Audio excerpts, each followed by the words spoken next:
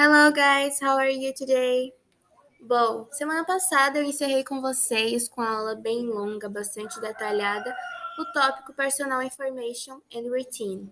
E na aula de hoje a gente vai ver uma aula simples, né, com Imperative and Colors em inglês. É uma aula simples, bastante rápida, porque é a nossa última aula gravada do período. Vocês hoje vão finalizar o período de vocês. A gente já tinha falado, a coordenação já tinha conversado com vocês, discentes, né? Que o período já estava para finalizar, a gente tem até o dia 18 para poder finalizar esse tópico. Só que, felizmente, conseguimos finalizar antes. Ou seja, vocês renovaram a matrícula de vocês, né? Quem renovou vai passar para o básico 2, com novos docentes, novos tópicos, é uma continuação do conteúdo do básico. E quem optou para refazer o básico 1 vai continuar comigo, revendo esses conteúdos que vocês já viram, com a nova docente também. Vai ter 2 docentes no básico 1, eu e mais outra pessoa. Lembrando que quem quiser saber como está o progresso em inglês, é só me mandar mensagem ou mandar mensagem para algum auxiliar entrar em contato comigo para eu poder falar do seu progresso em inglês. Claro que se você não se sente confortável, né, em avançar para o próximo nível. Mas voltando para a nossa aula de hoje, como eu falei para vocês, hoje a gente vai estudar sobre o imperativo e as cores em inglês. E dando continuidade aqui, o imperativo é aquele modo verbal utilizado para dar ordens, instruções, fazer pedidos ou até mesmo utilizado para aconselhar uma pessoa. E assim, é uma forma verbal tão utilizada que a gente acaba não percebendo, não conhecendo ela mais de forma aprofundada, porque é muito utilizado diariamente. A gente quase que não percebe que a gente está utilizando o modo imperativo. Em inglês, há 2 formas de identificar o verbo na forma imperativa. A primeira delas é que tudo que você precisa fazer é falar o verbo em inglês sem o to. Lembra aquela partículazinha que faz o verbo se transformar na forma infinitiva? Então, para transformar o verbo na forma imperativa, você vai eliminar o to. Ou seja, vamos usar um exemplo. Se quisermos falar ir em inglês, a gente vai utilizar o to go na forma infinitiva, né? A gente vai utilizar to go. Agora, no imperativo, ele perde essa partícula e fica somente go. Ou seja, a gente está dando uma ordem, a gente está fazendo um pedido ou até mesmo aconselhando uma pessoa. No imperativo, a gente vai perceber que não existe essa partícula to no iniciozinho da frase. A segunda forma que a gente pode indicar o modo imperativo é que no inglês não há alterações para falar com uma ou mais pessoas. Ou seja, o plural não muda.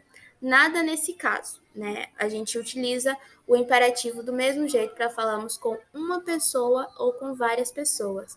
Ou seja, a gente utiliza o verbo no singular e no plural da mesma forma. Vamos ver aqui alguns exemplos para a gente entender mais fácil, mais rápido como que é?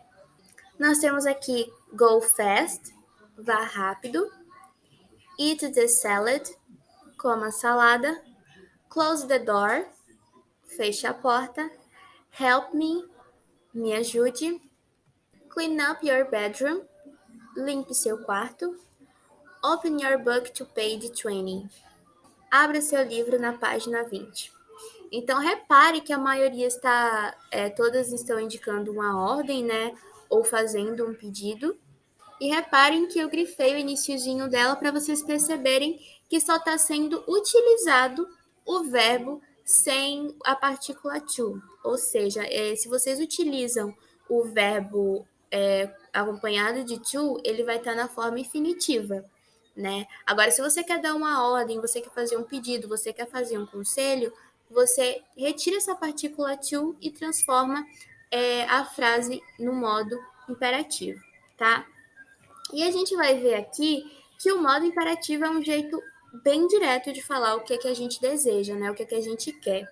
Então, para a gente fazer pedidos mais educados, para a gente não ser rude, a gente pode utilizar please tanto no começo quanto no final da frase.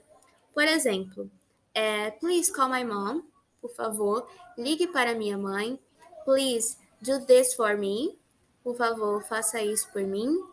Be quiet, please. Fiquem quietos, por favor.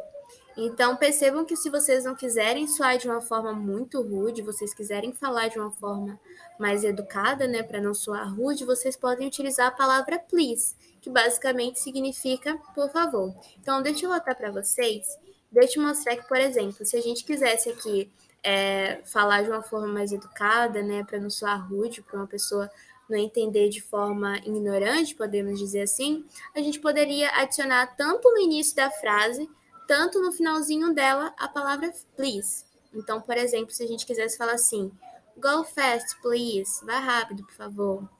Please, eat the salad, coma a salada, por favor, coma a salada. Close the door, please. Feche a porta, por favor. Help me, please, por favor, me ajude. Enfim, tanto você pode utilizar a palavra please tanto no início, tanto no final.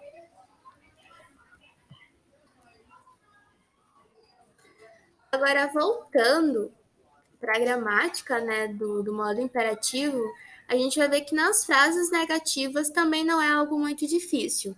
Basta a gente utilizar o do not antes do verbo, aquela forma que a gente já viu antes. O do not, ele vai servir para negar uma frase no presente. E a gente vai utilizar essa partícula, né, esse verbo auxiliar, antes do verbo principal. Por exemplo, don't drink and drive. Não beba e dirija. Don't be late, ok? Não se atrase, ok? Don't wait for me. Não espere por ele. Don't eat chocolate now. Não coma chocolate agora. Ou seja, a gente está dando ordem na forma negativa. E a gente vai reparar que a gente sempre vai utilizar o do not antes do verbo principal. E uma dica para vocês, uma tip, que para facilitar a gente pode utilizar a forma contraída dele, o don't. A gente pode utilizar tanto na forma informal, tanto no formal, a forma contraída don't. Na verdade, vocês vão ver com muito mais frequência o do not é contraído em frases na forma imperativa. Então, quando vocês quiserem negá-lo, vocês utilizam do not antes do verbo.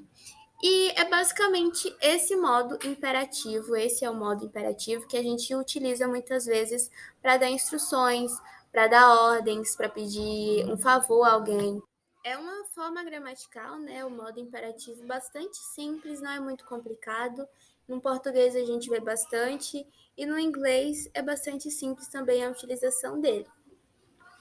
Basta utilizar o verbo que a gente quer, né? A gente quer desejar algo para alguém, dar algo para alguém, sem a partícula to, certo? E avançando ao nosso próximo tópico, que é colors, que é um tópico bem simples e bastante fácil, nós temos aqui as cores em inglês. Obviamente, eu trouxe as mais simples, né? Tem outros termos também relacionados a cores que eu vou deixar para vocês, o link de um site para que vocês possam ver a variação dessas cores também. Então a gente vai ver aqui apenas as principais, tá? Nós temos white, beige, yellow, orange, red, pink. White, beige, yellow, orange, red, pink. Nós temos purple, blue, green, brown, gray, black. Purple, blue, green, brown, gray, black. Aqui na cor cinza, a gente tem duas formas de escrever. A gente pode escrever gray com a letra A e gray com a letra E. Ambas estão corretas, tá? É muito comum a gente ver a palavra cinza em inglês sendo escrita com a letra E, mas não estranhe, é bastante comum, tá? E não tá incorreto. Em relação à pronúncia da palavra brown, é que ela não pronuncia como se fosse uma letra O, tá? Não confundam, não pronunciem brown.